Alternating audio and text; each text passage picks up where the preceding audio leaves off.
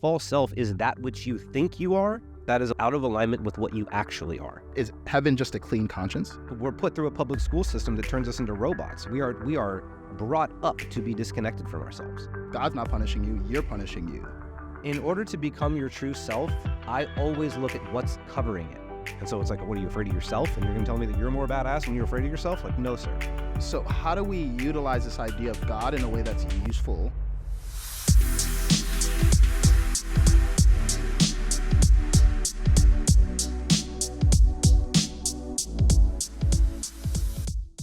Welcome to Conversations with Kaizen. At the beginning of this episode, you'll hear me refer to the podcast as Rational Mystic. And that's because this is one of the first episodes of the podcast, and at the time, I was calling the podcast Rational Mystic. But very quickly, I realized that although rational mysticism is one of the things that I want to talk about in my podcast, it's not the entirety of what I wanted to talk about. And Conversations with Kaizen better represents the entire scope of the podcast, which is not just about rational mysticism, but also about culture and geopolitics and different issues plaguing society. So enjoy this episode of Conversation with Kaizen, aka formerly known as Rational Mystic. Hey everyone, and welcome to Rational Mystic. I am still Kaizen, and today I'm joined by Chris Orozco. Now, Chris is someone who is really special to me because he's been one of the most influential people in my life of the last few years.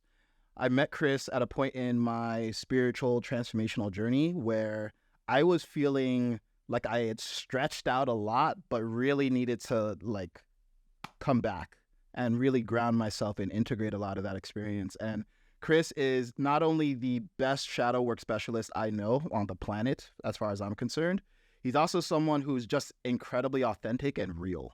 And he's able to dance in these more enlightened spiritual realms, and he understands that, but he doesn't get caught up in the BS, and he's able to really connect the grounded experience of being a man, of being a human, of being someone who holds himself to a high standard with a lot of the more mystical and esoteric aspects of life. And that's why I have him on the podcast today.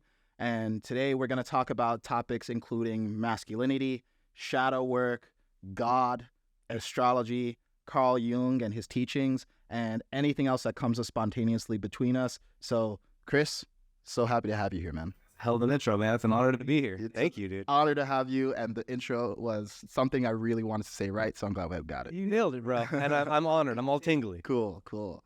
So I actually want to start off with a quote, and I think that you'll recognize this quote because I believe it's your favorite. Okay. And the quote is from Carl Jung, and it says, "If you follow that which is most alive, it will lead you to God, even if it doesn't seem like it." Yep, that is the quote I do not shut up about. Mm-hmm. That is my favorite one. What's God? In that instance, it's God with it's the self with the capital S. It's whatever is underneath all this shit. Like as you integrate your shadow and as you deal with all these things that aren't you, there is something that comes through that you don't have really much say in. It's just what you are. And that is God. God is what you are, and you are the self, capital S. And it sounds like the capital S denotes not necessarily what you are all the time, what you delude yourself to be, but at your best. And it's also the stuff you can't choose. Tell me. Like, you don't get to choose who you fall in love with. You don't get to choose what you're passionate about. You don't get to choose some of the most important elements that make you who you are. They're just in there. You care about what you care about. You have a hierarchy of desires. You have a hierarchy of things that matter to you. And at the top is something that you didn't consciously choose to put at the top. It's just there. And the only choice you get is whether or not to follow that thing. So if I'm understanding you correctly, there's a core you, and you don't really get to choose that you's preferences or desires. It's just there. Yeah. And I guess shadow work, integration, any kind of self-knowing work is about becoming in alignment with you, ideally. Got it. So I'm curious, what is the self? Like when we talk about self and we make this distinction between lowercase s, capital S, what is the self anyway? Again, for me, it's the stuff you can't choose. It's whatever spontaneously arises as a result of dealing with the false self, right? So like Operation Moksha, the name of my whole business and everything. Moksha means liberation from the false self. And so Operation Moksha means a mission to liberate the world from the false self. And the false self is that which you think you are, that is out of alignment with what you actually are. And I'll give you an example, right? So my dad died when I was a little kid, and I was there when it happened, and I didn't save him. I couldn't have saved him.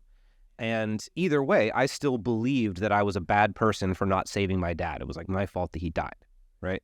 And so I walked around with this belief for the longest time that I'm a bad person because of that. That would be an instance of the false self. That has nothing to do with me. That is just something that a little kid believed in order to cope with his reality. That is not based in what I really am. That is not based in anything other than an unhealthy, short-sighted coping mechanism. And so when I can address that, it's like, yeah, that's not actually who I am. When I address that and I allow the version of me that believes in myself, loves myself, allows myself to pursue the things that matter to me, and just be authentic, whatever that is, that's my true self. And it's something that I surrender to. It's not something I choose. Interesting. So we can't choose what our self is, but it sounds like our self is inherently good. Yeah, I would say so. Okay. Because when we talk about someone being bad, and we'll talk about this idea of good, bad, when we say someone is a bad person, are we referring to their true self or the self that they have pretended to be for the world? I mean, functionally, I don't think the difference matters all that much because all you really know is like stay away from that guy. But if we were to get down into the specifics of it, is this person is probably behaving badly because they don't have a connection with what they really are. And they believe false things about themselves that have driven them to do whatever. By analogy, I'm curious, when you look at a baby and they're pre-verbal, they don't have stories, they don't really have an identity per se, but clearly there's some sort of self. There's something with preferences or something with desires. Is that the true self? See, I think about this all the time because I don't know, man. Because like when it comes to stuff like psychopathy, right? I've been trying to figure out what evolutionary role psychopathy plays within societies for a long time. And like, as a result, I've been trying to figure out, like, are people born that way? Are they created that way? And it seems to be a bit of both. Like, it seems to be genetic components. So if there are genetic components where somebody can be born a psychopath, then that doesn't necessarily guarantee that they're going to do evil things. But it's like, that's an interesting thing. Because if some people are born without remorse and empathy and some people are born with them, then remorse and empathy is what allows us to know we're being good. You know, it's like without empathy and remorse, I wouldn't know if what I did hurt you and I wouldn't care. So the idea of morality wouldn't even make sense. There's no point to it other than social cohesion, which is why these emotions exist in the first place. So if somebody's born without those, it's like they're existing in a separate realm where the normal rules of humanity don't exist. So it seems that if some people are born as psychopaths, then that's an interesting little hiccup in reality. I love that we're already talking about psychopaths. because there's this, it's interesting, right? Like, we generally associate psychopathy with bad, but you wouldn't look at a baby who's a psychopath and be like, that's a bad baby. That would be, in a word, that would almost be psychopathic to refer to a psychopathic baby as bad. And there's also this sense of innocence with babies where no matter what they do, we consider them authentic. We love them no matter what. So I guess by this lens... So extremely manipulative. That's also true. So I guess this actually turns on the question of good and bad, because Chris worked with me, I was your client for 3 months. And that was a really transformational 3 months. It really helped me understand myself, integrate a lot of stuff that I was afraid to look at. And one of the things you taught me that really changed the game for me is that judgment isn't necessarily bad. In fact, judgment is useful, and we'll get into that in a moment.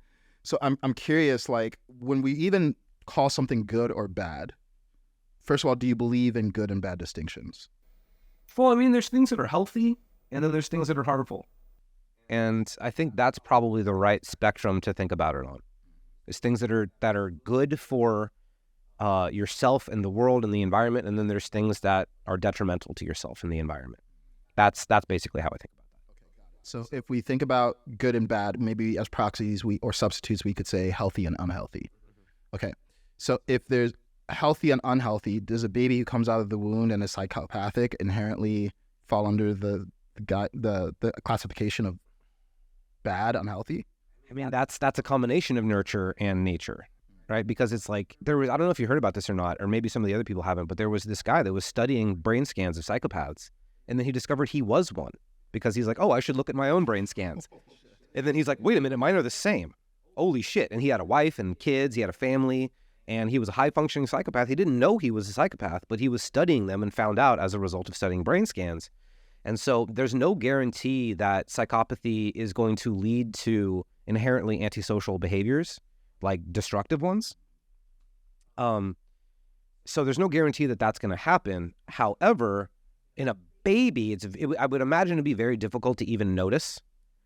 But in little kids, you can see troubling signs of that developing in little kids.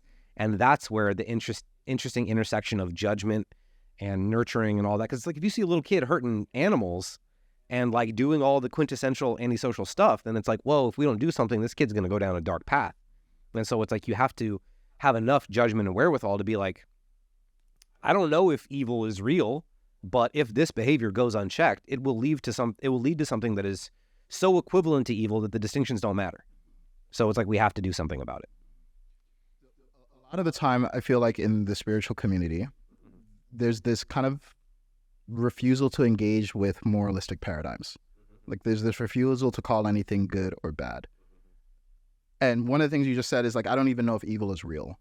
When you look at how you operate on a day-to-day basis, though, do you have a good and bad paradigm? Do you have like a moral paradigm in which something is good and something is bad? Yeah, for sure. But however, whenever I look at something as bad, I know in my head I've immediately judged the part of myself that resonates with that thing as bad. And so then I'm like, well, that's not going to work. I have to think of another way to look at this thing because I don't want to view myself as bad. So I want to view myself as inherently dope and badass. And so whatever thing I could think, whatever concept I could be related to, I want to find a way to relate to it as that.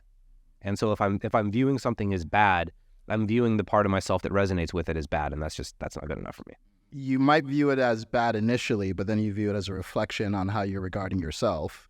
And you don't want to look at yourself as bad. Totally. But a grounded example I can give you is there's a guy that I know, super rich, super jacked, like ideal. He's got all this shit on paper, right? But he's like a sour, like mean dude, and I would never want to spend a day in his head, you know. And so it's like I can see all the bad stuff that he did to get where he needs to go, or to get where he wanted to get to, and I can judge that. But then I'm aware that I'm like, man, I'm just judging the part of me that could do similar things. And that's not a recipe for goodness. So instead what I do is I honor the fact that I can do what he did, and I honor the parts of me that could do what he did, while simply honoring that I have a different way I'd like to go about doing it. In this example, right, it's interesting because you started off by saying he's doing bad things, right? And then you said, okay, what I look at me, I don't want to call myself bad then. Is this not a double standard? Yeah, I mean, that's the thing, is because when you started, you said I start seeing it as bad, and then I backtrack and deal with it. I see. And that's what it's like to reclaim your projections, is you judge something as bad, and you're like, okay, yeah, maybe I don't like that thing. Maybe it's not healthy. Maybe it's not up to my standards or within my sense of integrity. However, judging the thing is going to put a cap on myself. And so I'm not going to do that. Instead, I'm going to find the most intelligent, compassionate, and generous way of relating to this man that still keeps me safe. So it's almost like there's this initial impulse to judge, which at least tells us what to pay attention to, and probably helps us protect ourselves, honestly. If it's like, well, that's bad, we have energy to avoid it or deal with it. But then when you relate it to yourself, it's like, okay, wait, not bad, unhealthy, and it's something I need to bring compassion to and change. Okay, so we originally started off talking about the self, right, before we got into this whole good and bad dichotomy. So one of the things that Jung says, which is interesting, is he says it leads you to God, specifically. Do you believe in God? Like external God? Just if you believe in God, what does it mean to you? But first, do you believe in God? Yeah. Okay. I live as if God exists. Okay. What's God to you? I don't know. I don't know. I have an interesting relationship with God because, like we talked about before, I grew up as a Jehovah's Witness, and so when you grow up having it hammered into your brain that God is a certain thing in a certain way, and then you're me and you have questions and you're like, okay, but like The Hindus, like their parents, do the same shit. And the Christians, their parents do the same shit. And everybody who was raised in a religion had the same experience I did of their parents telling them it's the only truth there is. And so it's like, well, somebody's got to be wrong. And so that led me to a bunch of different explorations. And so I studied every religion I could think of. I studied a bunch of New Age stuff. And then as a result, I've started to kind of relate to, like, let's say the biblical God. I've started to relate to the biblical God as a metaphor for the unconscious mind. So God's the unconscious to you. Yeah, where it's like, the Bible says that we were created in God's image, and I think that's backwards. I think God was created in our image. I think we were trying to understand reality and projected something onto the transcendental realm. And without really knowing, it was an accurate map, but what we were really mapping out was ourselves. This is actually a really fascinating way of looking at it, because it's like, okay, we're trying to understand ourselves through this projection that we call God, but God is really just us. And maybe there's an external God, but we certainly don't know. Yeah, and if there is one, it doesn't seem to care that I don't know what it is or what to call it. It doesn't care about any of that stuff. It only cares that I sincerely believe in it and trust it, and then it guides me, it protects me, it takes care of me. I get all the benefits, but I just don't have to act like I know what it is. I remember one of the things that we talked about when you were working with me was this idea that I had that God was punishing me. And I actually don't, I remember looking at my notes from our sessions, and I remember looking at that, I was like, that's interesting, because I actually don't even remember bringing it up, but clearly it came up because I wrote it. And recently I had an Iboga journey that showed me how much religious shame and guilt that I have, like really deep down there, like literally a fear of going to hell.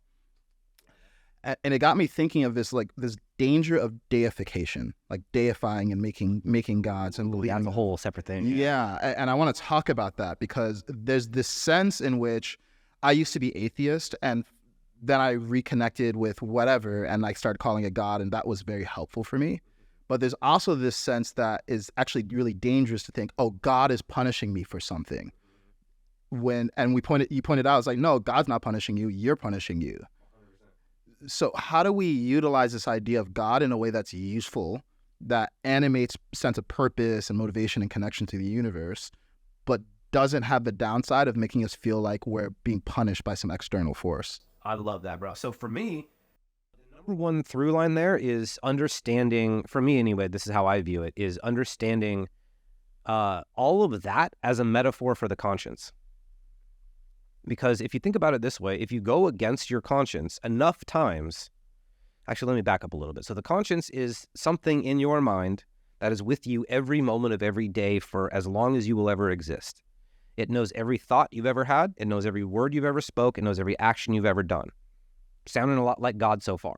Omnipresent, omniscient, and it has the ability to judge you based on how well you honor it. If you honor your own conscience, you get a clean conscience. You sleep well at night. You feel comfortable. You feel good about yourself. You feel whole. If you go against your conscience, you become at war with yourself. You start to feel worse and worse. Your sleep gets worse. You get anxiety. You get depression. So many things happen when you break your relationship with your own integrity and conscience. And so you extrapolate that shit. You follow your conscience enough time, you get to heaven. You disobey your conscience enough times, it creates hell. So it's an omnipresent, omniscient force that is capable of judging you and delivering you to heaven or hell, depending on how well you honor it. If that's not God, then I don't know what is. Let me just repeat back what I'm hearing so I understand. The way that we project consciousness outward is God, right? So our conscience is God. And if we look at a lot of the biblical stories around God, it's basically stories about the conscience. So if you sin or do something quote unquote bad, then you will have a relationship with yourself that is based on judgment, and you will be punishing yourself. The original definition of sin means to miss the mark. Exactly. So if you miss the mark, like, you know that, even if no one else does, exactly right. And that's the omniscient piece, and you're going to punish yourself. And if you punish yourself enough, you will be in living hell. Yeah, and that's why the Bible says it's like, if you commit adultery in your heart, it's as if you did it in real life, because your system doesn't know the difference. You know, it's like if God forbid, this would never happen. I don't even like saying it, but God forbid you had a girlfriend that I was just lusting after, right? I'm a shithead just for having that experience. You know, like, if I don't clean it up and I allow myself to just lust after someone that you're committed to, It doesn't matter if I've done it or not. I've betrayed you. In my heart, I've betrayed you. And that's enough. Why do you think that? Because I know what I did. I'll never be able to look at you the same. If you got your girl next to you and I'm lusting after her, I can't look at you in the eyes. I know I'm not being a true man in that circumstance. This is great because there's a sense in which everyone knows what it's like to have shame, guilt over your own thoughts. But I'm sitting here and like, well, it's just a thought that you had. Like, it was no big deal. But it feels like there's some moral imperative that you think is engendered by having a thought. And see, morality is interesting because morality, I think, is something that you spontaneously and naturally learn as a result of trying to obey your conscience. If we think of the conscience as the animating force that is like judging you, making you feel a certain way, is morality basically the framework? Like if you lie, your conscience will not be well. So you can't lie, you have to tell the truth. If you betray or do anything shady, your conscience is going to know, right? Like I kind of viewed it as, because the way you form your own values is by analyzing your guilt and shame. Or at least that's how I did it. So it's like because I was raised Jehovah's Witness, so I had a bunch of shame that didn't fit. And so I had to look at my shame every time I felt it. And I'd be like, okay, do I believe I did something wrong? Or am I going off someone else's values? And then eventually, after asking that enough times, I attuned myself to my own values. So now I generally only feel guilty when I did something that I think is wrong. And if you had a girl next to you that you loved and was committed to, and I'm lusting after her, in my heart, I know that's fucking my connection with you. I know I'm letting my baser instincts get in the way of the honorable connection I know you're worthy of. And that doesn't sit right with me. And if we think of sinning as just missing, it's just saying that you're missing. Exactly like if you lusting is actually causing you to miss, in this case, out on connection, on something that's higher. By this definition, if we think of consciousness as God and we think of a guilty conscience as one that's aware that you're sinning, and if doing that to an extreme creates hell for you, is heaven just the absence of, or rather, is heaven just a clean conscience? As far as I can tell, yeah. Like, the more I get aligned with who I really am and have a clear conscience and just really love what I am to the point where, because, like, it's funny, like, Jesus is such a big influence to me, right? Because it's like, I think about the crucifixion and imagine, like, this dude had to meditate for 40 days before this to be like, do I really have to do this? I don't want to do this. Do I really have to do this? And obviously this is taking the Bible as if it's literal, but I'm using them as metaphors. And I think we can all relate to being like, I don't want to do this. This is going to be hard. This is going to be scary. This is going to suck. I don't want to do this. And then we go and do it anyway. And he gets killed and he gets brutalized and all that sort of stuff. And the only thing he says is, forgive them, Father, for they know not what they do. And so that's my view on all of it, is that, like, yes, you get endless forgiveness because you don't know what you're doing. You're not responsible for a lot of it. But if you're missing the mark, you have to take responsibility for where you're missing the mark, why you're missing the mark, set it straight so that you can be in alignment with yourself. And the more that I do that, the more I forgive anybody who's ever hurt me, and the more I actually behave in alignment with the way that Jesus outlined, which is not something, I don't try to emulate Jesus. I just agree with him as a result of doing integration work. And the more that I do that, the more that I find that my internal peace is worth more than anything in this world. Like there's nothing in this world. That's just why I'm not jealous of guys that make millions of dollars being shitheads. I would rather be broke as me, content in my heart, than rich, fractured, and waiting for someone to take it away from me and being like, oh, these girls only like me for the money, so if more rich guy comes, then like, oh, I'm nothing. Like, I would rather be broke, homeless, and have my heart intact than any of that other shit. This is such a more accessible idea of heaven and God than what I know I grew up with. Because I grew up raised Catholic, so not as devout as you with Jehovah's Witness, but I'm sure there's some commonalities. Oh, for sure. Like the idea that I'm going to go to hell and have eternal damnation. Guilt, all stars, bro. Yeah, right? It's like guilt gang. And I remember as a child, it was weird because I was being told all these things, but I didn't actually understand. Like, I didn't understand. There's just like, thou shalt not lust after thy neighbor's wife, or I'm paraphrasing and, someone's going to turn off the podcast here, but that's okay. by this definition that you're offering, which is, hey, it gets in the way of connection. Like, you're just not going to have a great life if you're constantly lusting after what other people have. That makes a lot more sense than just, well, you're just going to be thrown into hell forever. And regardless of whether it's true, there's just a lot more utility to the idea of, hey, you're missing out by killing people, stealing from people, lusting after what other people have. And I think that this idea of a more accessible God is like, it feels like there's an opportunity to reclaim that. And it's honestly a lot scarier to say, hey, okay, my conscience is actually God here, because that requires a lot of responsibility. Yeah, it does. Every single thing that's wrong with your conscience is like, I have to address all of it now. Like there's no refuge. There's nowhere to go. Earlier, you said something about your shame and your guilt giving you a reference point for morality and for a moral framework. Is there such a thing as healthy shame? Sure. Which is why it's like, that's such a huge piece of the integrative process, is that we're not trying to get rid of anything. Like, you need shame. Like, going back to the psychopath thing, if you didn't have shame, you'd be a psychopath. Who knows what you would do? Like, shame is a very important tool for social cohesion. Like, if I hurt you and I don't feel ashamed, I can just keep hurting you. It won't matter.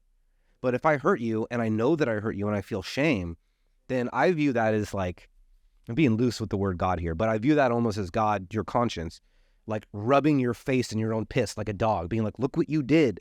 Like, you will not be relieved from this until you clean this up. And we don't like the guilt, so we push it away. But that's your opportunity to learn what you did wrong and why you felt guilty in the first place. Got to learn those lessons. This brings me back to the whole point about psychopaths then, because it's funny that we're talking about it, but it's so interesting, because if you think of your consciousness as God, or conscience as God, and psychopaths, would you agree, don't seem to have a conscience, or do they not have an ability to process the same data into their conscience? Well, I haven't studied that particular, I don't have an answer for that particular question, but I would be curious, because they have to have some kind of guiding structure.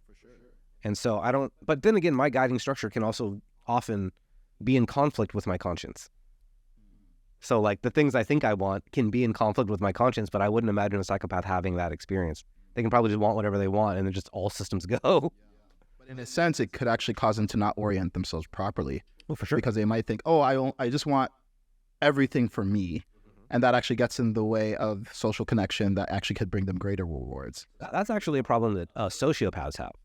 Psychopaths are so calculated and generally charming that they don't run into that problem. So hold on. Actually, I think we need to just define psychopath then. So what's a psychopath? Yeah, so it's rough. It's a rough distinction, but as I understand it, the general distinction is that psychopaths are just kind of cold, calculated, extremely charming, and not prone to emotional outbursts or anything like that. Whereas a sociopath is somebody who's going to be more ruled by their emotions. They're going to be more impulsive. They're going to be more prone to emotional outbursts. They're going to be less predictable. And they're going to be constantly taking risks. And so they're just more chaotic, and they're more likely to screw themselves. Whereas a true psychopath, they can, like Sherlock Holmes is a high-functioning psychopath. So if you want an interesting example of a good psychopath, read Sherlock Holmes books or watch Sherlock Holmes movies. And you'll see the intricacies of how it gives him brilliance, but it also makes him difficult to be around. But then you also have other psychopaths that are just so calculated that you'd never even know. So it's wild. The reason why we got on the topic of psychopaths is because we were talking about this idea of the self. And going back to the idea of the self, you mentioned there's nature and there's nurture behind the idea of the self. Is the self with a capital S that you referred to and that Jung referred to in that quote, is that purely nature if it's the true self? Yeah, so this is interesting. So the way I view that is that there is a true self that would be the nature, but then the way it gets expressed is like light being shined through a kaleidoscope, right? And your system is the kaleidoscope. So when the light or the nature or whatever shines through you, you have a different set of experiences. You have a different set of ways that you view the world. And so that light is going to want to express itself differently through you than it will through me. So it's like I don't know if we all have the same light or whatever. I never really got that too crazy into it. But it seems as though you're almost kind of not born. It's like it seems as though you're born with the desire to express and to be seen and to be heard and to create and to shift the world and to be remembered for it. Like something like that. We all seem to have something like that. To love and to be loved. We all seem to be born with that. And then the way in which that gets expressed is dependent on your experiences. Yeah, I'd say that's probably the best I could do there. Yeah. Okay, so if there's the light of consciousness or soul, whatever, and it gets expressed through this kaleidoscope, and that kaleidoscope is your personal makeup, right? So you as Chris, no matter what, your true self is going to be different than me as Kaizen. But there's some things that are in common across all of us. All of us seem to have some sort of impulse to propagate our species, to leave an impact, to be loved in this life. I'm still struggling with this question of where does nurture come into it then? Because it almost feels like, okay, well, if there's a true self, ideally it exists prior to conditioning. So is any conditioning just getting away the true self? Any social conditioning? Because the thing is, we live in a society where we're not culturally conditioned to become more in alignment with ourselves. We're put through a public school system that turns us into robots. We are brought up to be disconnected from ourselves. So in our culture, I would say yes. Pretty much all social conditioning is going to separate you from yourself. It's very rare to find social conditioning in the Western world that is genuinely interested in helping you become more of what you are from the very beginning. What would it look like to have a society where all the social conditioning and nurture is actually aligned with your true self? Wow, that would be wild. And it's not something I'm sure we're even ready for. Because that level of freedom is also a massive responsibility. And you cannot have that level of freedom without an equal level of responsibility. And so the responsibility has to be developed first. And then, because freedom without responsibility is just dangerous. Like it's just dangerous, and it's bad, and it's wrong. And so to teach kids to be in alignment with what they are without teaching them responsible versions of what that means, no good. So first, we'd have to be taught a lot of responsibility. And then once responsibility is ingrained into the culture, then freedom can be taught. Which actually doesn't run counter to some of the narratives now about be free, like just be yourself, but it's a necessary complement that's actually not talked about enough. Because if you're totally free, but you're also a shitty, irresponsible person, I would rather you not be free. Actually, it's actually really dangerous for someone to be free but irresponsible. It's actually kind of hard to think of how we would move from this place, because we're not really taught responsibility, to a place where that society is even possible. You know, work. So my work is, I'm actually an anarchist, but I'm an anarchist that does not want anarchy. We are not ready for it. The world I envision and the world that I live in, I'm never going to see. I'm probably going to be long dead before the vision I have comes to fruition. But what I can do is sow the seeds. I can be like, this is what it looks like to take responsibility for your reality. This is what it looks like to integrate your shit. This is what it looks like to see the world with eyes unclouded by hate, and to see the world through your own two eyes and to experience it as what you are. I can teach as many people as I can that, and then I'll die. And then I hope to God somebody else picks it up. But yeah, I don't think it's going to happen in my lifetime. I know we both do men's work, and I know you have a men's group that you lead. And I assume shadow work is a big part of that. Oh, right? for sure. Yeah. Now, often, I don't know about your experience, but men don't want to be told to be responsible. No one wants to be told. It's not a men thing. No one wants to be told to be responsible. So in your experience, how do you introduce the idea of responsibility in a way that's actually appealing? Is that honor? We don't like to be told to take responsibility, but we also don't like to be told we're acting dishonorably. Tell a man he's acting dishonorably, and he'll look at some shit. And you don't even have to tell him. You just be like, so, do you respect yourself when you act like this? Like, do you think you're a respectable man? Who do you respect the most? Do you think you deserve their respect? And if the answer is no, then it's like, well, why not? Because I'm pretty sure you want to feel that way. So if you want to feel that way, what's stopping you? And as you say that, I mean, maybe someone is feels contraction around the idea of honor or responsibility. But then you look at the popularity of people like Andrew Tate, whose core message is actually like honor and respect yourself. And there's this kind of like, there's a sense in which it's almost egoic, but it's like a healthy egoic impulse to think about honor. So what do you think people often do that causes them to not be honorable? Like if we were to think of a universal standard that transcends any religion, any kind of particular moral set of principles. To be honorable. It's hard. You have to like face rejection. You have to face pain. You could potentially get murdered. There's so many consequences to being honorable that I completely understand why somebody wouldn't want to do it. It sucks. Like the amount of uncomfortable things I've had to say that were true, right? Like I taught shadow work for 11 years, which means I taught shadow work all through the Trump election and presidency. And that was a fucking nightmare for me, bro. I lost friends. My girlfriend of 4 years looked me dead in my eye and was like, so previous to this, she was like, you're my hero. I respect you so much. Like, I'm so glad I have you. She hears what I have to say about the shadow and everything during the Trump election and presidency, looks me dead in my eyes and tells me that my worldview is worthless and that she has nothing to learn from me and that she's done with me. So that's the type of shit honor costs you. It makes sense why people don't want to do it. Given the immense amount of social pressure that is required for being honorable, if you were to argue for someone being honorable, even if it means that they lose their girlfriend, they lose followers, they lose friends, what would the argument be? Why be honorable? It always comes back to that. Like, what can be better than laying your head on your pillow at the end of the day and smiling and being proud of yourself? There's nothing better than that. There's nothing more valuable than knowing in your heart and in your balls and in your bones that you did what's right and you're a good man. Like, fuck, man. Nothing beats that. What happened during the Trump election that was for you honorable but caused you to lose people? Good question. So I had been noticing things start to get a little weird for a while because I was also living in San Francisco at the time, which is like the liberal, progressive, left-wing mecca. It was like, shit got crazy. And so Trump was on the scene, and when he first showed up, I hated him. I voted for the first time in my entire life to vote against him. Like I'd been an anarchist, refused to vote, but I was like, this motherfucker can't win.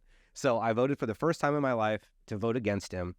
And as I did that, I was still being like, yo, you guys are creating an unhealthy and unsustainable level of division about this when you're supposed to be the kind and loving and understanding ones that are going to build bridges and fix all this shit. And all I was getting, I was like my friends were calling me a Nazi sympathizer.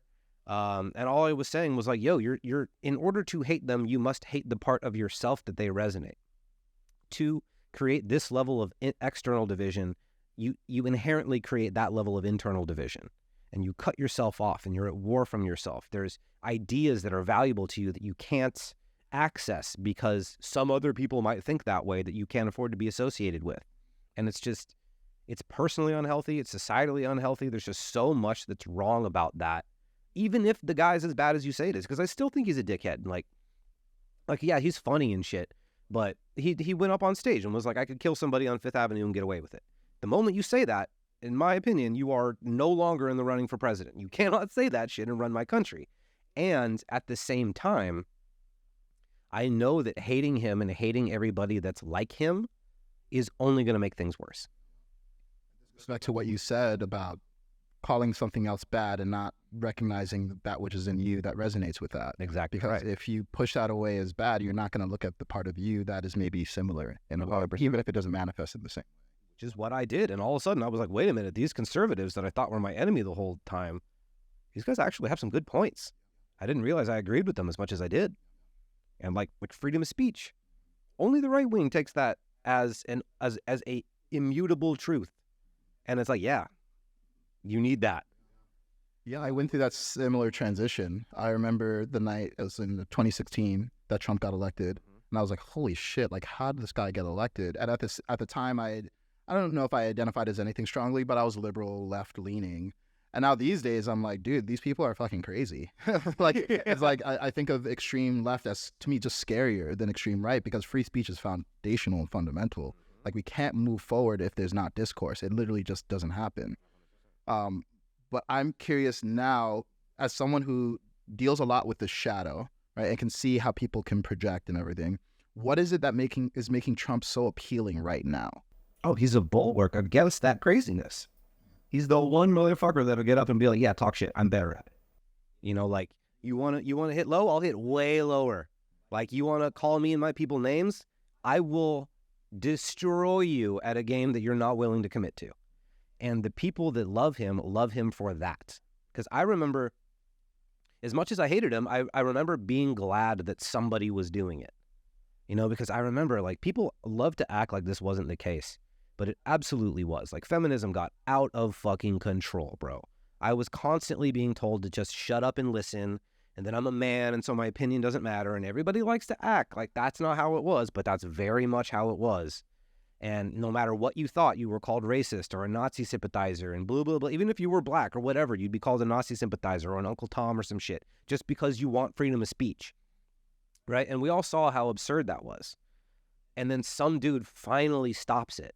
I felt a breath of relief. I didn't want him to win, but I was like, finally, someone's doing it. And so it's difficult to deal with. Yeah, and they'll take out the worst bulwark over no bulwark if you feel like you're being attacked. 100%. I think fundamental is not being preserved. But that's how tyranny exists in the first place. It's always some motherfucker that's like, oh, you're getting screwed? I'll do it. Just give me way too much power.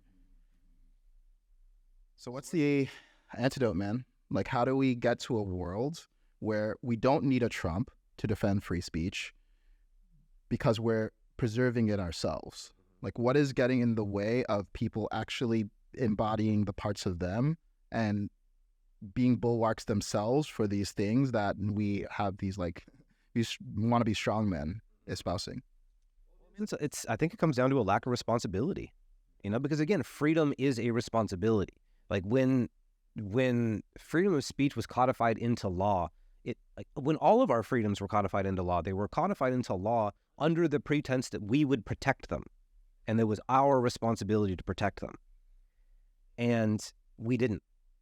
And so we allowed propaganda. We allowed time to pass where people that didn't realize how important freedom of speech was were allowed to be born and listen to other new people talk about freedom of speech is bad and it leads to hate speech and blah, blah, blah, blah, blah. So you got this new generation that has been told that the founding fathers were just inherently bad and everything that America stands for is just inherently bad and inherently racist. So you can poke holes in any of it, including freedom of speech, because freedom of speech means you can say bad things, and that must mean that oppressors will always win or some shit like that. I don't know the exact narrative, but it's been a slow degradation of the ability to value what America even is.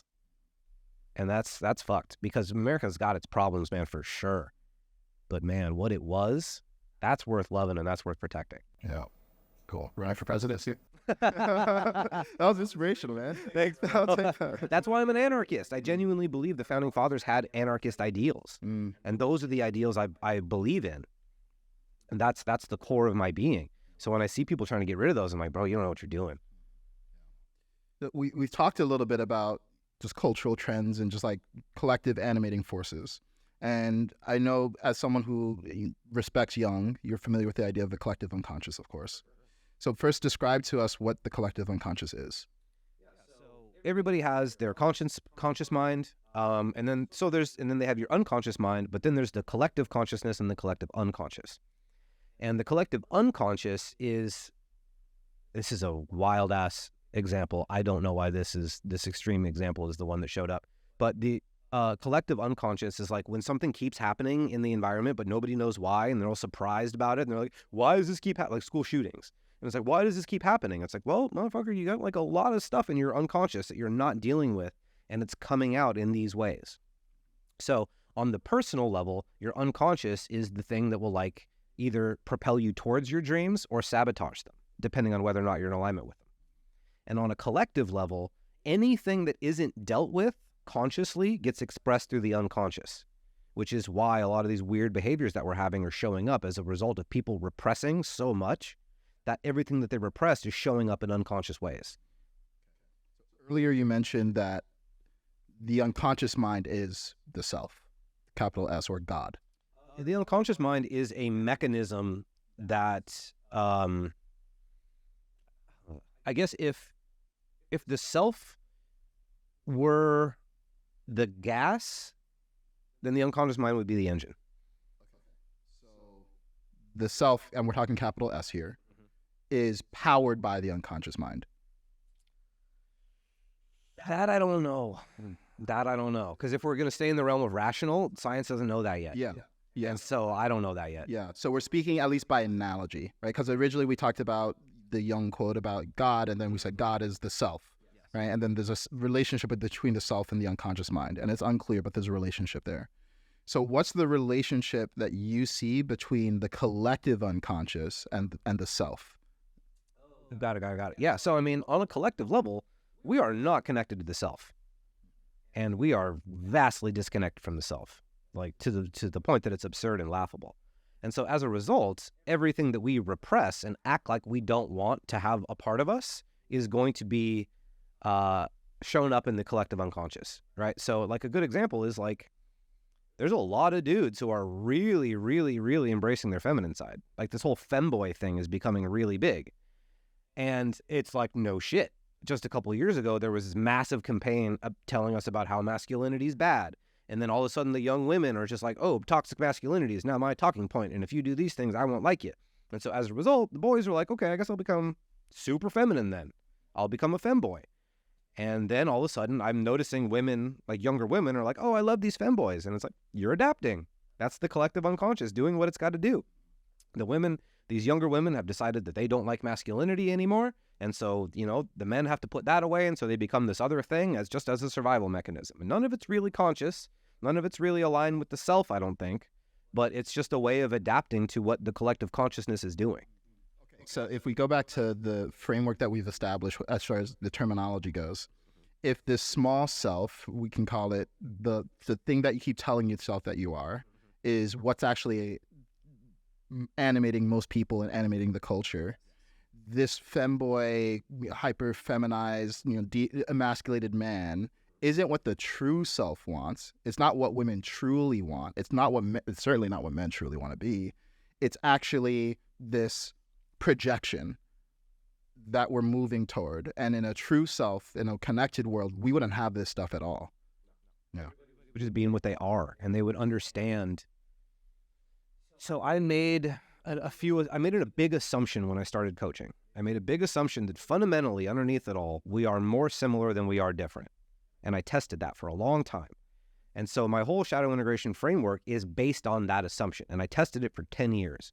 And I was like, yeah, we really are underneath identical for the most part. It's the differences really only show up on the surface levels. Underneath, the mechanisms all work exactly the same. So my assumption from that is that if we do come into alignment with what we truly are underneath, then natural law becomes obvious. And you know when you're straying from it because you know when you're straying from yourself. And that should be, in my idealized anarchistic world, the internal conscience is all you need to govern yourself. Because you know when your alignment, like I know when I'm hurting you because I feel shame. And because I can't hurt you without hurting me, I don't want to hurt you. And so it's like at a certain point, intuition and natural law takes over.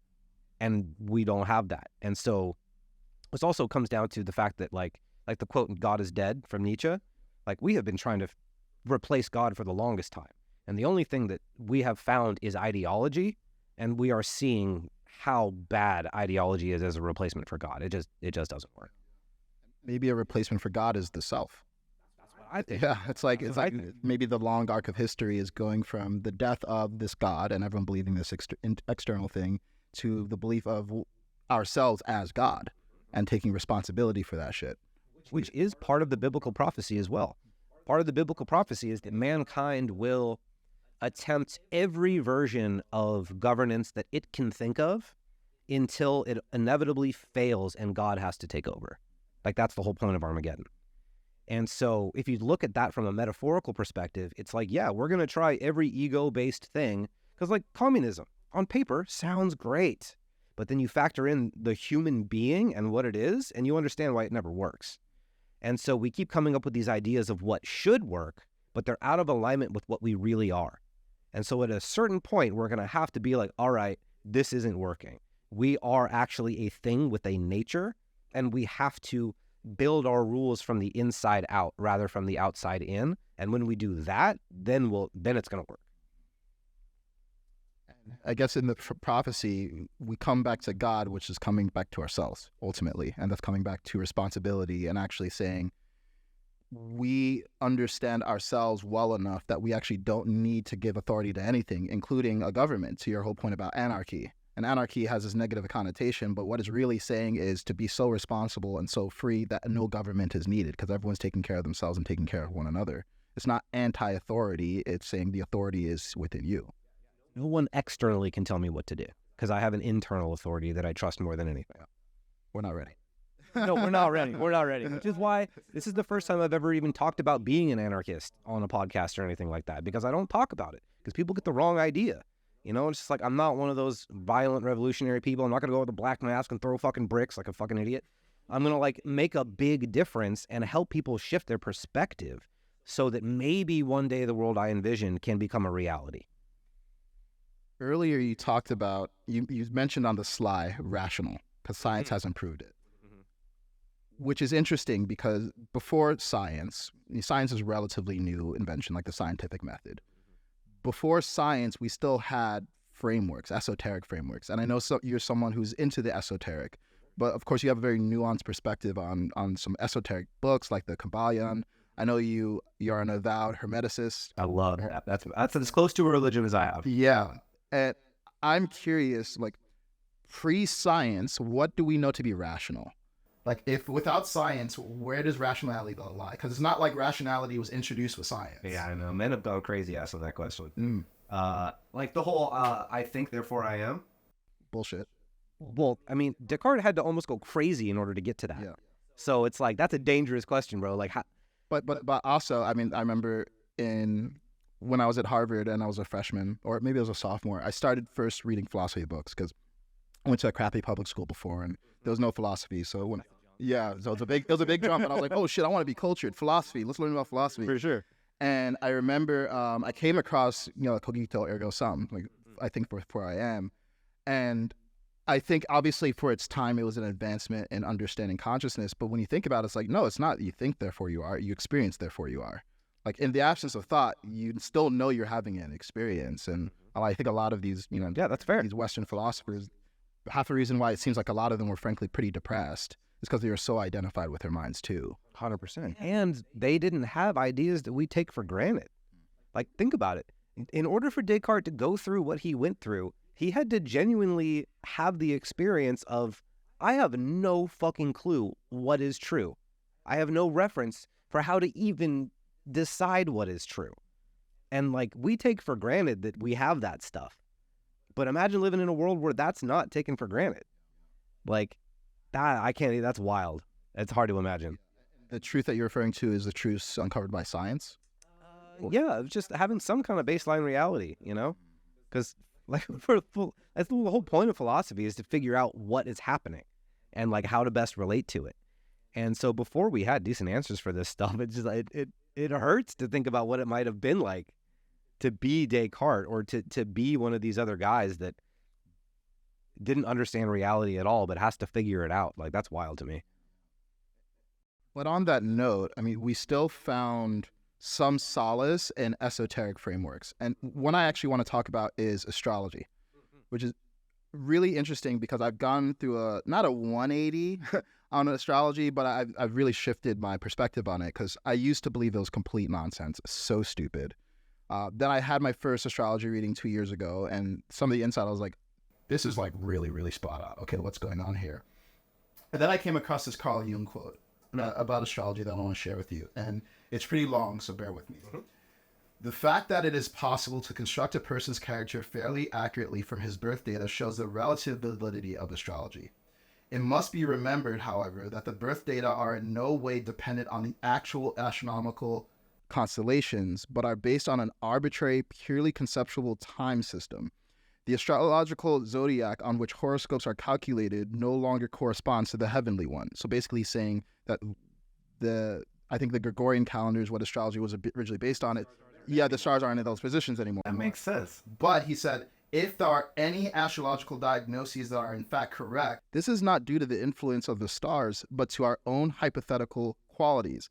In other words, whatever is born or done at this particular moment in time has a quality of this moment of time, which is a really interesting way of looking at it, because if I'm interpreting him correctly, he's not saying that there aren't correlates between people being born at certain times. He's just saying we don't need to talk about the stars influencing them. But it is the case that, yeah, you being born at a certain time is going to engender certain qualities from birth. Yeah, so I'm interested because you're someone who, you inform yourself with Hermeticism. And for those of you who don't know, Hermeticism is basically any works that are, or teachings associated with Hermes, who is known by the Egyptians as Thoth, and the god of wisdom. So when we look at this, like astrology, like these ancient frameworks, how do you personally discern what's bullshit versus useful, intuitive knowledge that they built a framework around, even if it wasn't strictly scientific? Yeah, so when it comes to astrology, that's one of those things where my experience has shown me that my intuition works well enough to make astrology irrelevant. It's like, because I have friends that are really good at astrology. And sometimes I'll be going through some shit and they'll be telling me they'll be like, here's your astrological blah, blah, blah, blah, blah, blah, blah. And I'm like, yeah, I know. Like, that's why that's why I'm dealing with this shit. Because I remember the last time, it was when I broke up with my ex-girlfriend, and I was on the phone with my friend Tarek, who's a really good astrologer. And he was telling me how everything that I'm going through is completely aligned with my astrology or whatever. And he was like, yeah, your next years are going to be about blah, blah, blah, blah, blah, blah, blah, blah, blah. And I was like, yeah, that's cool, but I already knew that. Like, that's why I broke up with her, because I knew this stuff and because I knew what I needed to do.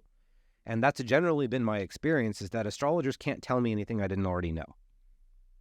Same with like tarot reading and all that sort of stuff. You can read tarot, but if you're just connected to yourself, you don't need to. Because most of the time people go for that sort of stuff because there's either a question that they don't like the answer to, there's something they need to do that they don't want to do, or whatever else it might be. And so they're like, oh, I better, look to the stars or whatever. And then it's like, oh shit, I do have to do the thing I wanted to do, but at least the stars told me. It's like, no, if you just own what you know you need to do, you don't need tarot, you don't need the stars. That capital S self, if that really is connected to whatever's out there, listen to that, and that won't matter. Do you believe astrology has a validity that's more than just random? Probably. That's what Jung seemed to believe. Yeah. Yeah, I would say probably. I haven't studied it. But it's been dead on enough times to where I was like, either I'm super gullible or there's something to this. Which requires a level of... It's interesting because you can kind of go through these different epochs when it comes to some of this like mystical stuff. There's the beginning where I think a lot of people start, where they're just like, it's all true, I believe all of it, and they outsource their authority and the Akashic records and astrology and all this. Then there's another level where you might just have cynicism, like it's all bullshit, it's all complete bullshit, there's no validity. Then there's another level that you can get to where it's like, oh, okay, I actually can see how some of this is true, but I don't think the assumptions about why it's true make sense. So it's not like the stars in this point of the sky. It might be some other mechanism entirely, and the Jupiter just being in fucking Aries is a completely coincidental thing. Then another level, and it sounds like the level that you're at, is, hey, I have intuition. I know myself well enough, so I don't need to go to these frameworks to get reflection. Remember, it's like, because I would go to tarot and things like that because I didn't want to answer my own questions. I was afraid of the answers. And I'd be like, oh, someone give me some way out of this, please. And it's like, nope, you got to do what you got to do. You know what you have to do. Like, if you are connected to yourself at all, you know what you need to do. And no amount of astrology, no amount of tarot, no amount of nothing is going to change what you know you need to do. Gives people safety when what they really need is responsibility. Yeah. Yes. Yeah, I feel that. Oof. And I think I realized this intuitively, but now that we're talking about it, it's like starting to surface, because there was a period in my journey when I was doing a lot of readings and all this other stuff because it was useful to give me direction. But now I'm like, I don't really need this. Like, I have enough of a relationship with myself that I can ask myself my own questions. I could just literally sit down and journal and get the answer rather than need to go to someone else. But I think it can be a useful tool. Where do you think it becomes dangerous, though? Just thinking, it's like you can cast some really fucked up spells depending on who you go see, right? Because it's like if you put authority on a psychic or a tarot reader or whatever, and you go see them and they say some awful shit that they just made up, you've now cast a spell on yourself to where this made up nonsense could potentially become true because you've now cast that spell on yourself. And so any level of abdication of responsibility and authority on that level is just, there's no good that can come of it. And moreover, there's another Kybalion quote that you'll like. We just got quotes for days today. Got quotes, bro. Beware of unearned wisdom. And I know you had a video talking about unearned wisdom in the psychedelic and plant medicine space, which we'll talk about in a moment. But actually, there's unearned wisdom in going to someone else to give you divine guidance on who you should marry or what you need to change to feel happy or anything, because they might give you the insight, but it's not integrated into a superstructure of wisdom and self-knowing. So it's like now you're going to this person constantly, but you're actually not knowing yourself more. So it's not that astrology and Akashic records and all this stuff is bullshit. It's just it doesn't actually increase your ability to discern for yourself. It's mental masturbation anyway, because I can't imagine a reason why knowing anything in the Akashic records would benefit me. I cannot think of a single reason I'd want to know any of that. And it's just like, it seems, yeah, sure, maybe it's a cool thing to do. I guess I could see it as a cool hobby or an interest, just to know stuff, but I can't imagine any practical use for that. I want to talk about plant medicine and psychedelics. Have you ever done ayahuasca or? Yeah. Okay, cool. How many times? Just once. Just once. I know in your video you talked about the dangers of unearned wisdom and how you could basically have these peak experiences, but you don't actually integrate it. And when I came to you, I felt I didn't know it at the time, but I needed integration. Like I had done a lot of ayahuasca, a lot of bufo and plant medicine experiences, and they really, really helped. But I had been feeling ungrounded and not really connected to the deeper, more grounded part of myself. If someone is going to go do plant medicine, how do they take that unearned wisdom and actually make it valuable for them? It's going to be tough. It's going to be tough because the insights that you gain will be out of alignment with your current frame for reality. And so you will have to destroy your current frame of reality in order to make room for them. And that's a rough go. So I just wouldn't. Because there's a few questions I would ask myself before doing anything like that. It's like, what do I hope to get out of it? Why do I think I can't get that on my own? Answer those two questions before doing any kind of psychedelic work. See what your answers are. See if they're trustworthy. See if they're solid and stable. Because what I learned from my one trip of doing ayahuasca was that it was almost no different than my normal shadow integration practice. I didn't move the entire time. I was the only guy that didn't throw up or shit or anything like that. I just sat there and integrated all of it. And it was no different other than being more intense. It was the same as my nightly shadow integration practice. And so it's like because that's the thing about these psychedelics, when you get deep enough into the embodiment practices, you start to realize that what you see on psychedelics is how it always is. You just don't know that. But the more deeply connected you get, the more you're like, oh yeah, all that shit I saw, that's my everyday reality. I'm wondering what you think of this then. My first ayahuasca experience was really life-changing to me.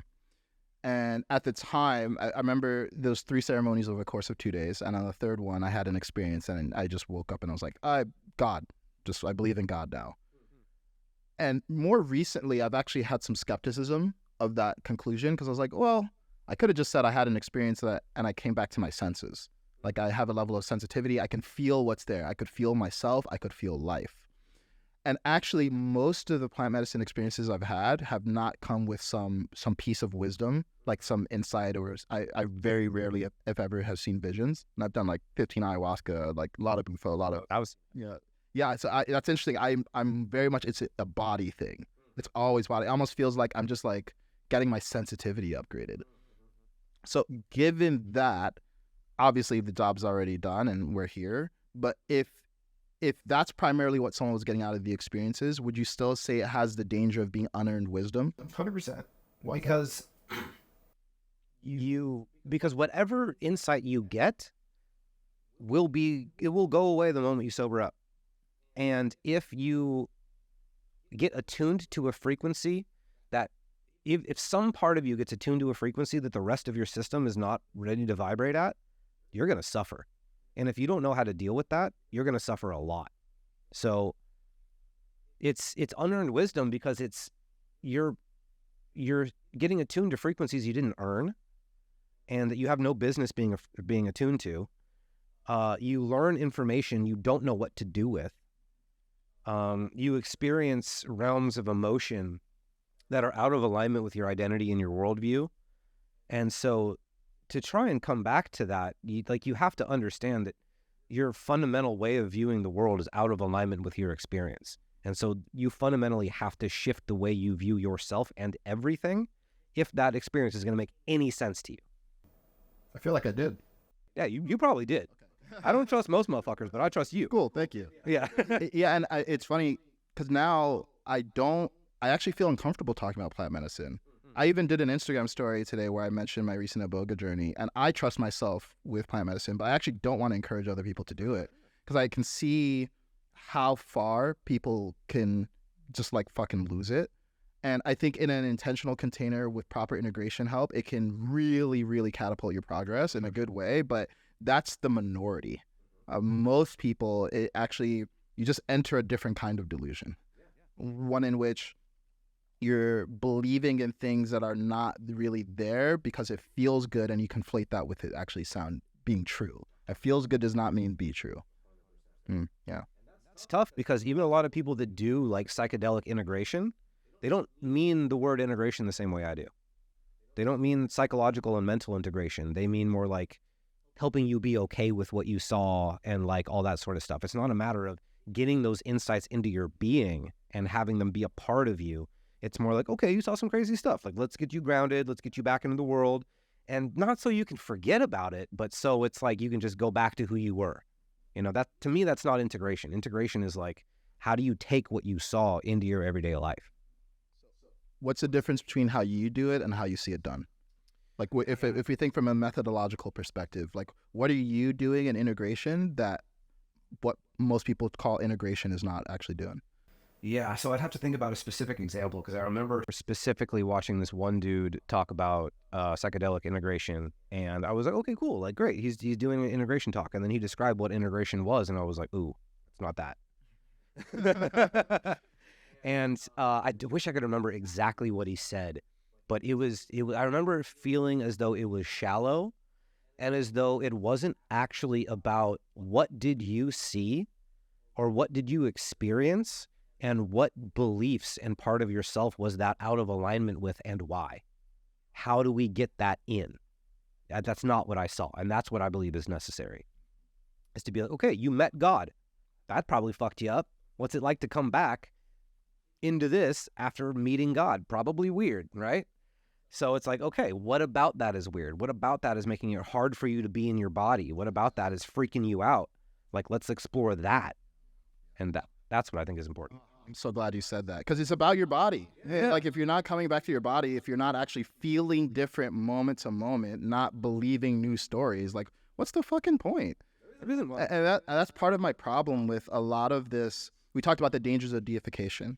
And once you go through an experience like that and you enter this different world, now we're talking about gods from different cultures and languages you don't even understand. And it's not that that stuff isn't useful or even real, but when you take something out of the context of its original culture, now you don't have any lens for actually understanding it at an embodied level. And now you're basically saying, you're putting yourself in a position where you've now entered a paradigm where you don't even understand the paradigm. It's someone else's paradigm that they imposed on you.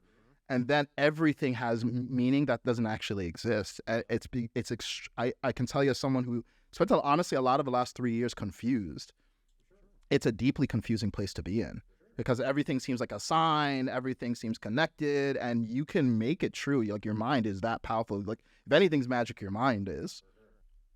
It's just a very difficult place to get out of. That's why I think it's everybody. You have to find your grounding. That's the only thing that I've found to get me out of that. And this is the same for Carl Jung. Like, one of the few things that kept him from going fully crazy was his work and his family and having something, because it's fairly easy for me to do the kind of explorations that he did because he laid a foundation. But there was no foundation when he did it. He's just like, oh, go into this shit and see what I find. And it dysregulated the crap out of him. And so he had to find ways to stay grounded. And he used his practice, his patience, his family, and all those sorts of things to keep him connected here. But there's such a huge problem with like New Age circles where people don't want to be connected here. They want to transcend. Yeah, they want it on the 5th dimension. It's like, bro, you're barely good at the 3rd. Like, figure your shit out, man. And so it's like, yeah, there's like people want to transcend, and ultimately people don't really like being human too much. Yeah. Descend. Yeah, exactly. Like people are so cool. How could you not want to be one? So it's like, if we think of this, if we sort of draw together this little framework that we've been building of God as actually just your conscience. So everything being here, not there, not in 5D or wherever, just everything being here, then actually the goal isn't to ascend anywhere. The goal is to have the fullest experience you can right fucking here. That's enlightenment. Be lightened of the burden of the self that you've invented that's keeping you from actually being here. Well, I don't even aim at enlightenment. I aim at self-actualization. That's my aim, is to be completely embodied on this planet. That is what I want. Self-big S. Self-big S. All internal opposites integrated, harmonized, masculine and feminine working in proper order, ambitious, wealthy, compassionate, rich with love, fully embodied, experiencing all the pain, all the love, all the joy, making beauty of it, and helping others do the same. Like, that's what I want. Fuck yeah. I wish that's what people thought of when they thought of men's work. I know, right? It's so... I know. Like, it's so, like feeling, like, talk about stuff, and, like, and actually, even besides the more facile stuff, there's this deeper sense of fixing. Like, oh, I'm doing men's work to fix myself, to there's work on myself, and it's actually kind of toxic, and it doesn't actually terminate in a place that leaves you feeling more whole. It just terminates in a place where you're more aware of your problems, and that's a cycle that I felt like I was in for a while. I was like, dude, when is this shit gonna end? And I'm just gonna go live my life now. Yeah. So I'm curious, when you look at the way that you approach men's work, because I saw your original Facebook post, so I fucking loved it. It was no people pretending to be wizards and Yeah, I don't know. all this other stuff. What do you think is different about the way that you approach it versus what you see other people doing out there? I'm proud to be just a man. You know, like, I don't like, that's it. Not a god. Yeah, I don't need to be a wizard. I don't need to be a monk. I don't need to be a Jedi. I'm proud just being a guy with a dick. That's enough for me. You know? Jorgmander is a dick. Exactly. Yes, that's just me and Jorgenmander. Don't ask me how I know. We're doing great. And I think that's the distinction, though, is like, guys don't get in they're not readily invited opportunities where they can just be guys and enjoy that.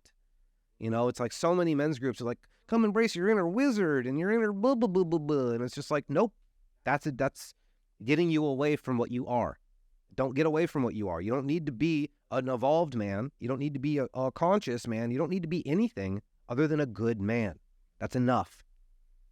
And that's what I think people are hungry for. Why good man? Well, because being a bad man is just going to suck for you. Why not just man? Because we need something to aim at, because there are such things as, you know, because manhood it's like walking around with a loaded gun. You know, it's a responsibility. We are powerful. And if we misuse that power, we are the protectors of this world. And for us to dishonor that and become things that harm the world is not something that should be allowed to be done. Good meaning protecting and benefiting the world. Yeah. By world, do you mean humanity? Do you mean Earth? What does that mean? It all starts from within. Like, once your internal father archetype has a healthy relationship with the internal mother archetype, and they can mutually give each other positive energy and feed each other, and you feel the natural harmony of that, you understand that anything that would disrupt that cycle is not allowed to exist. Basically, good is anything that protects the world, and that starts with the internal world. Yeah. Okay. Bad is anything that disrupts the world. Yes. And pretty much the problem with the world right now is that people internally aren't right with themselves. And so therefore they go out and they make the world just as confused as they are. Yeah. So as within, so without. Which brings us to the Kybalion. Amazing. Okay. I fucking love the Kybalion. Same. And the Kybalion is a Hermetic text. The version I read was by people claiming to be the three initiates. It's a text that is, I think it's fair to say, metaphysical. So it's talking about how reality is arranged. The three initiates were actually one dude.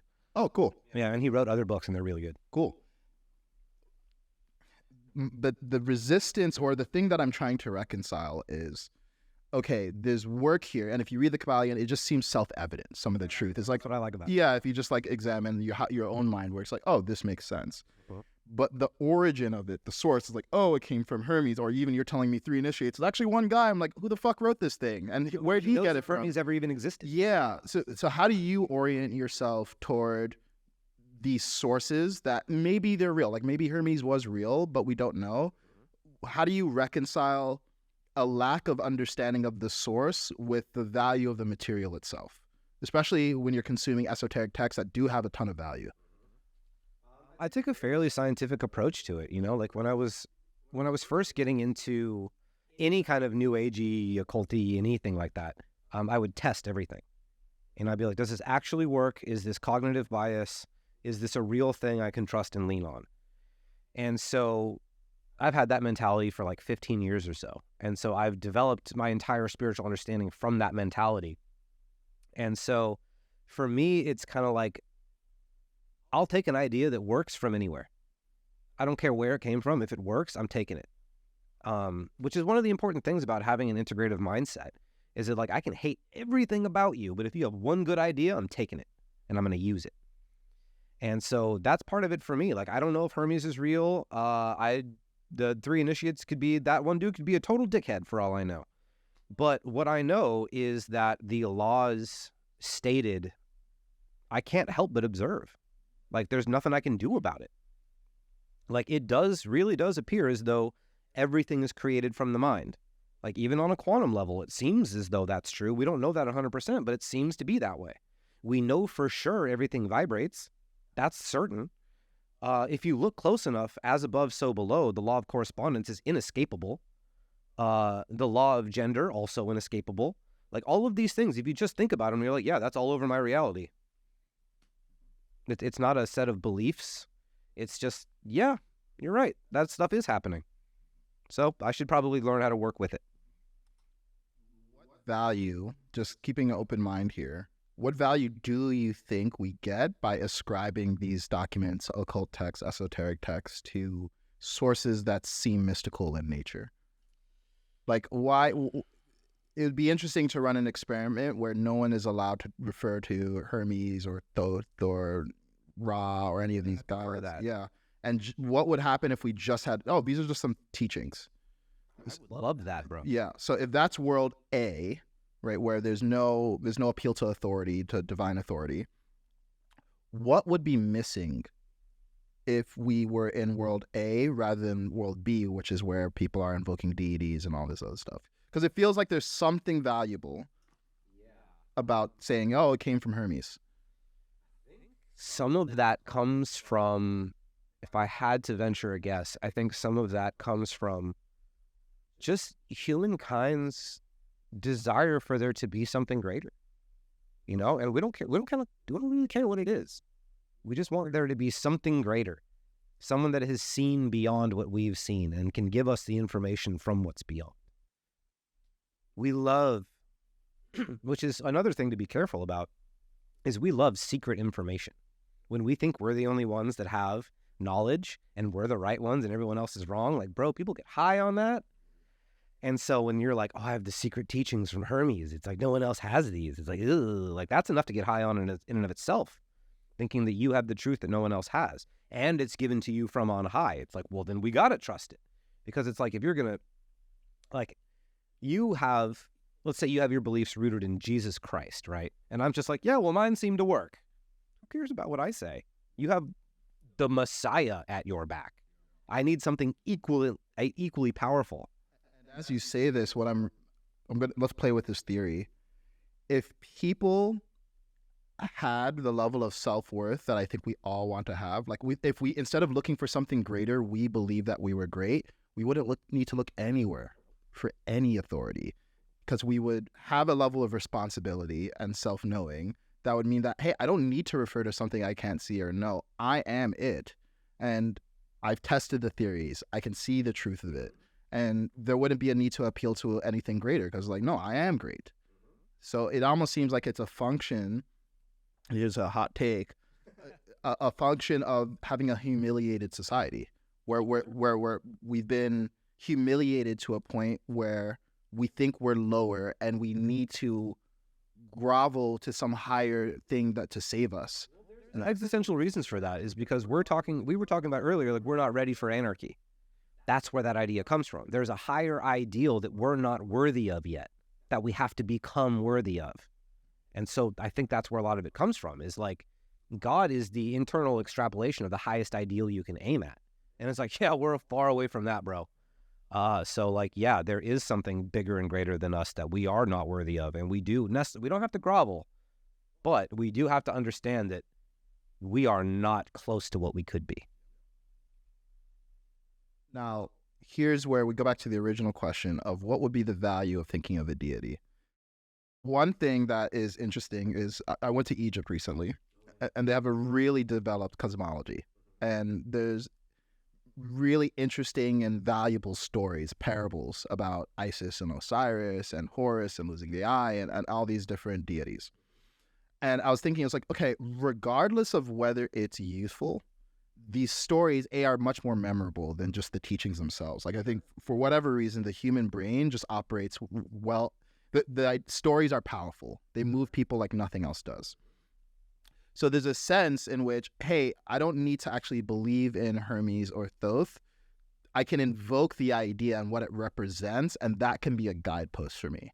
So it's like, okay, if it's like, what would Thoth do? Like, what would Jesus do? That's actually a really useful thing to think about, because it helps us escape whatever paradigm we're in and imagine an ideal that moves us toward a better end. Part of you answers that question is the part of you that's Christ-like. Yes. So ultimately, it's just like we're pointing outward, but pointing back on ourselves. Because it's like, I almost think of it like there's this collective database.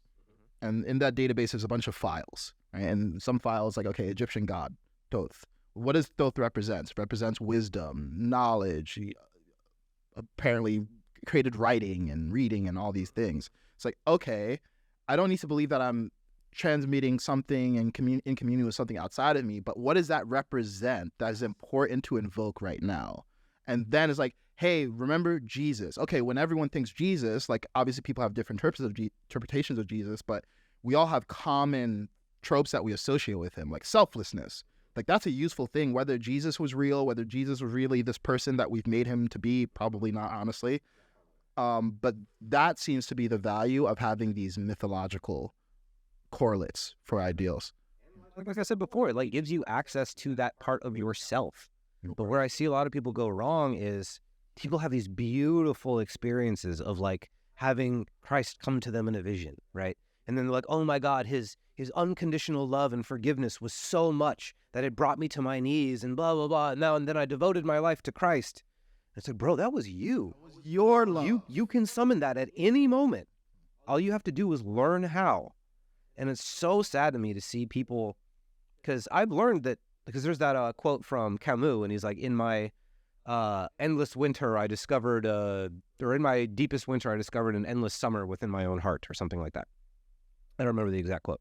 And that's the thing, is like, I've discovered that I am capable of genuine unconditional love, the kind that Christ talked about. I am capable of giving that to myself. And then once I started to do that, everything that Jesus said started making sense. And it was like, oh, he was just talking from someone who's did this for a long ass time. Got it. Okay.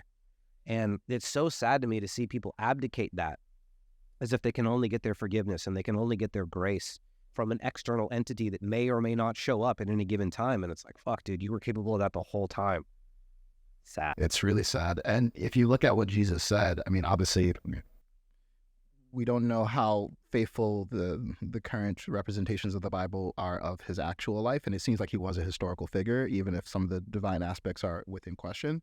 But if you look at what he was saying, it's like, it seemed like a pretty just advanced dude who really understood himself and said things like, I'm the son of God. Didn't say that you're not, right? It's like, you can be the son of God too. You can have this realized state too. And it's not by abandoning yourself for me or raising me above you. It's about recognizing that I am the same as you. And there's a lost gospel that says literally that. The Gospel of Thomas says that. And it wasn't included in the Bible. Of course it wasn't. This, and it's out there. Yeah. And you can read it. Yeah. Interesting. Great. I love this. Yeah. I love talking about this shit. I love talking about this. So another topic that I really want to talk about is actually music. When I got into this whole transformational journey, before that I just fucking loved hip hop.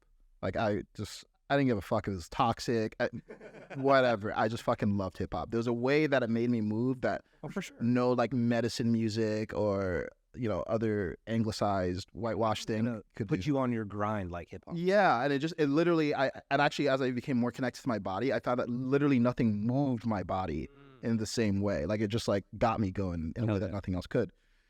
But I got to a point where I had this story of, oh my God, I can't let anything negative into my brain. Like I can't let anything, it's all toxic. If I think it, I'm going to start being it. And to an extent, true, because I was unconsciously like hip hop in the background, like always on. So I was just like in the soup of that rather than consciously engaging and enjoying. It's almost like eating sugar all the time rather than as a treat and enjoying it. And I had this beautiful fucking vinyl wall of my favorite albums like Kanye, Dark Twisted Fantasy, Future, DS2, Travis Scott, Rodeo, like all this shit. And then I don't know what kind of psychosis I was in. I was like, oh, this is toxic. I should not have it around. And I gave it away.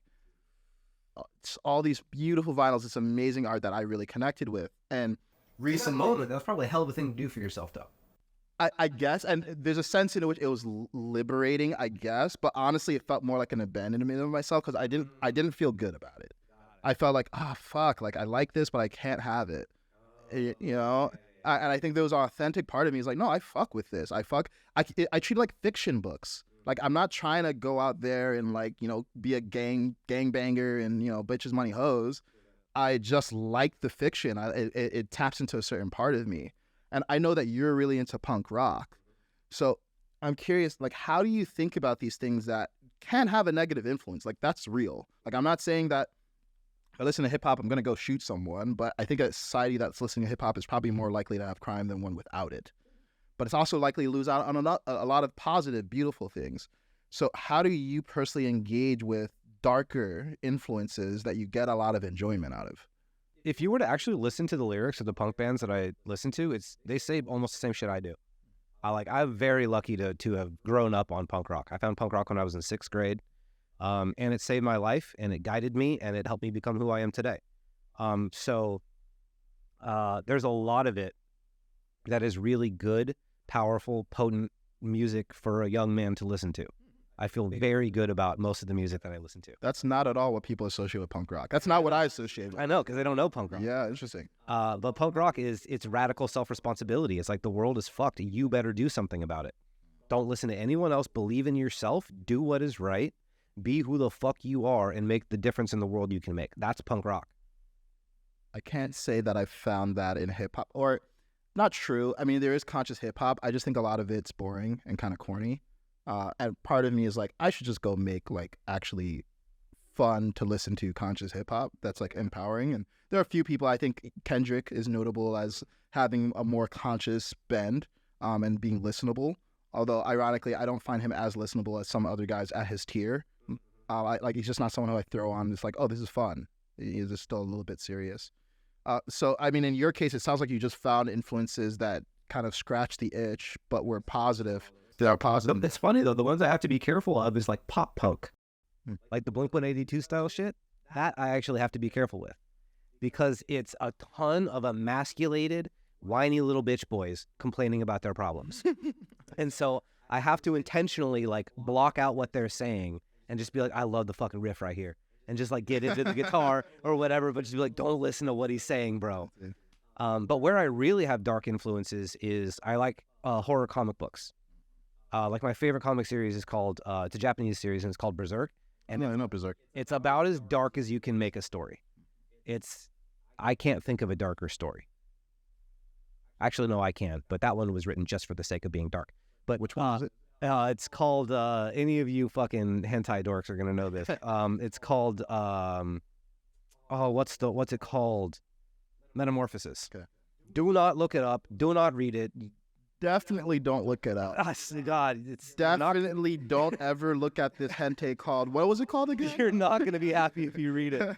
Some Japanese artists just have this weird thing where they seem to write stories just to see how bleak they can make them. And there's no good ending. It's just like this girl goes through the worst thing you can imagine and then dies, and that's it. That's not the stuff I like. I have a morbid curiosity about it, and I like to see how weird the mind can get. So that's why I like Berserk a lot, is because the illustrations, dude, is just like, how do you have that in your head? And like, that's what you had to get out. But what I really love about that series, is it's about the ability to find hope and beauty in the most awful circumstances you can possibly imagine. Like, if you can come up with a life story that's worse than this guy's, I would be impressed. Like, from the very moment of his birth. I don't know how gross you want me to get on here, but it's disgusting. Okay, so the moment he's born is because he fell out of his mother as she was being hung. That's the first moment of the protagonist's life. Damn. Yeah. And then he's raised on battlefields. And then the guy that raised him sells him out to let some other guy rape him for like X amount of dollars. And it just keeps going like that until the worst betrayal in the history of fiction happens, and it almost drives him insane. But then the whole rest of the series is about finding hope and beauty and connection under the most disgusting circumstances you can imagine. So it's literally highlighting beauty in the darkness, which is one of my main things. So for me, it's like, I don't like darkness for the sake of darkness. I'm a little curious about it, but it doesn't make me feel good. But really dark shit with a powerful message, that gets to me. I love it. And that's what art does. Yeah. It exposes us to an ideal through a different medium that bypasses our thinking mind. Exactly right. And it allows you to explore it, because it's like when you see a truly evil character doing horrible things that you would never even imagine, and to see how you feel, and to see if there's even a part of you that gets excited by it. It's like, whoa, I didn't know that was in there. How, why? So it's like exposing yourself to darkness if you know you can handle it and you're capable of understanding. Because if you see something horrible happens and a part of you gets excited, like, that's enough to freak somebody out. But for me, I'm just like, oh, you must be hurt, bro. Like, like why would you want to do that to somebody? How have I been treating you to make you feel that way? And so it triggers curiosity for me, but I could see that being troubling for someone else. Yeah, I actually think that's really important to talk about. I remember recently, I had a realization that there was a part of me that got excited about horrible shit happening. And at first I was like, oh my God, I don't want anyone to know this. But then I realized, like, okay, well, there's actually an opportunity for curiosity. And if I judge this as bad, it's going to get suppressed, and it's going to come up in weird fucking ways that I don't want to come. And I think for a while I thought, oh, it's just me. Like, it's a demon inside me. But I'm realizing now, no, that's actually a part of a lot of people. And it's just a part that we suppress. And that is the shadow. And I'm wondering if someone has something in them like that, like this impulse that craves or relishes in destruction or harm. How do they deal with that in a healthy way? Maybe that was the whole reason I got into shadow integration in the first place. I about 12 years ago or so, I was that guy. I genuinely thought I was becoming some kind of serial killer or monster thing, and that I was going to have to kill myself to stop that from happening. 12 years ago, I genuinely believed that. I was having visions of like harming people close to me. And they were horrible and they were brutal and they scared the shit out of me. And I was genuinely willing to kill myself to make sure that that version of me never manifested. And that's when I found shadow work. And I was introduced to this one specific idea that's like, you're not broken, you're just taking really poor care of yourself. Like, you're not one thing, you're a collection of things, and those things that you are vary in degree of health depending on how well you take care of them. And so the light went off in my head. I was like, okay, this thing isn't actually evil. It's just so freaked out and so scared and so hurt and so angry that that's the only way it can think to solve its problems. So it's like, all right, cool. There's a light at the end of the tunnel here. There's somewhere I can go from here. So it's all right. What would be happening to make that be the thing I think of? And in order to get to that, I had to process a lot of rage. So I started taking Kung Fu. I got into fire spinning. I joined a men's group. I was working out multiple times a day. I was anything I could do to get the anger out. And as I released the anger and expressed it in healthy ways, I started to understand why it was there in the first place. And it was me not standing up for myself. I had been taken advantage of, walked on, emotionally and verbally abused so many times, and all the anger that I felt never got expressed. And so it had boiled up to the point where it was like, bro, I'm going to kill these people. And I was like, oh, that's all it is? Like, okay, I'm sorry, dude. Like, fuck. I can't believe I let it get that bad. And so I took responsibility for it, and I was like, I'm going to make sure this doesn't happen. And I started standing up for myself. I started going after what I wanted, telling the truth, all that sort of stuff, no matter how much it hurt. And then as a result of doing that, this part started trusting me, and it was like, okay, everything was okay now. And then I don't have visions like that. I haven't in 10 years. It doesn't even occur to me. I barely even get angry. I get angry when I drive and I'm in the fast lane and some motherfucker goes into my lane to get slower than me. That pisses me off, but I don't want to kill him. You know, I'm just like, you're an idiot. And so, yeah, if you have the really dark shit inside of you, it exists for a reason. And maybe if it's that bad, maybe don't try and deal with it on your own. Because I was doing all this stuff before way before Shadow Integration ever got popular. So there was no one to help me. I had to learn all this stuff on my own. And it was tough. And I don't necessarily recommend everybody do that. So if you are the type of person that has that dark shit, read my free Shadow Integration thing. That should help. Reach out to me, come into my Discord, talk to me about it. That's a hell of a thing to be going through.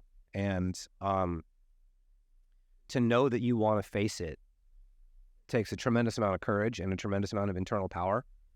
And so I have a whole crew in my Discord that will help you deal with it. If you're dealing with that shit, like free of charge, let me know. I'll help you figure it out. Because that's a hell of a thing to deal with, and it does swallow people, and it can lead to some bad things. However, if dealt with properly and integrated, it can be the best thing that ever happened to you. I wouldn't be who I am right now if it weren't for it, and I wouldn't trade who I am right now for anything. Thank you. Yeah. There's someone out there who needed to hear that. Fuck yeah, I hope so. Come and I will help you. Fuck yeah. One of the interesting things about your methodology is it works in the negative a lot. And what I mean by that is I've worked with a lot of healers and different practitioners in different schools. And oftentimes there's this piece of where it feels like they're avoiding the darkness or avoiding negativity. And I remember some of the exercises that you had me do were actually visualizing worst case scenarios. Like visualize the woman of your dreams rejecting you because of something you said, or visualize you posting something on social media and everyone fucking hating you. And I actually found that very fucking powerful. Actually, for me, at least at that point, far more powerful than visualizing success and dreams and everything being great and namaste and all this other shit. Why does it work? Because all you're afraid of is emotions. And all that exercise is stirring up the emotions that you're afraid of, right? Like getting rejected by the perfect 10 girl of your dreams. That's only scary because of the emotional context you associate with it and the identities associated with it. So it's like, okay, I keep those buried all the time. So what can I do to bring those up so I can deal with them prematurely and consciously? It's like, well, I can imagine worst case scenario. And when I imagine worst case scenario, it's like, yeah, that hurts pretty bad. It's like, okay, well, where does it hurt? Why does it hurt? What's the flavor of the hurt? Because for me, in order to become your true self, I always look at what's covering it. You know, I don't look at like anything other than like, why are you not already doing that now? And the reason for that is because there's always an emotion covering up the part of you that would do that. So it's like, that's the place to look. Whatever's stopping you from being whatever you already are, that's where we look. Because if it was just a matter of visioning good stuff, it wouldn't need coaches. I wouldn't have a job. Like the shadow integration wouldn't be a thing. People could just imagine whatever they want and go make it.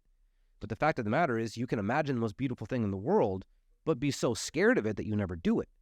And it's that fear you have to come up against. And so when you imagine the worst case scenario, it allows you to experience your fear in a safe environment that will allow you to work through it. And that's why negative visualization, I think, is particularly important for men. Because I think men, there's a great quote that women are and men become.